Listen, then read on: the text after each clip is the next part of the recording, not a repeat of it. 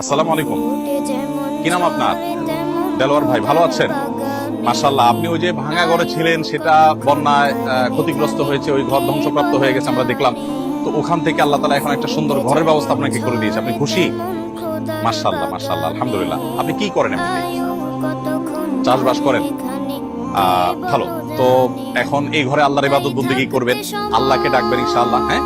এবং যেহেতু মহিলারা থাকবে, বাচ্চারা থাকবে, একটু সুন্দর করে একটু বেড়া দিয়ে দিবেন, যাতে পর্দার কাজটা হয়ে যায়, হ্যাঁ। সুন্দর করে একটু বেড়া দিয়ে পর্দার কাজটা করবেন। 5 ওয়াক্ত নামাজ পড়বেন, মুসলমান না? 5 ওয়াক্ত নামাজ পড়বেন ইনশাআল্লাহ বিদিনিল্লাহ। আল্লাহ তাআলা আপনার রহম করুক। আর জমি যেটা কিনেছেন ঋণে, সেটা কি সুদের ঋণ নিয়েছেন? কিস্তি নিয়ে সুদের ঋণ নেওয়া কি জায়েজ হয়েছে মুসলমান মানুষ?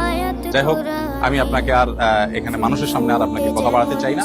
এটা দ্রুত পরিশোধ করবেন, খেয়ে না খেয়ে এখন টাকা জমা জমা এটা পরিশোধ করবেন। আমরা আপনার ঘর করে দিয়েছি, জায়গার বিষয়টা আপনি করেন, তারপরে জায়গার বিষয় আমাদের কিছু করার আছে কিনা আমরা দেখছি ইনশাআল্লাহ। জাযাকুমুল্লাহ খাইর। আপনার ছেলে মেয়ে কয়জন? 4 জন। ছেলে কয়জন, মেয়ে কয়জন? মেয়ে বয়স কত ওদের?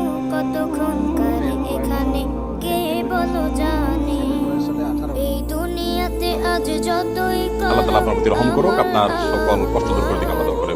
প্রিয় দর্শক, আমরা এখানে শেষ করছি ইনশাআল্লাহ বিদিনিল্লাহ। দেখা হবে, কথা হবে পরবর্তী কোনো লাইভে। সেই পর্যন্ত আল্লাহ তাআলা আমাদের সবাইকে ভালো রাখুন, নিরাপদে রাখুন। জাযাকুমুল্লাহ খাইর। আসসালামু আলাইকুম ওয়া রাহমাতুল্লাহি ওয়া বারাকাতুহু।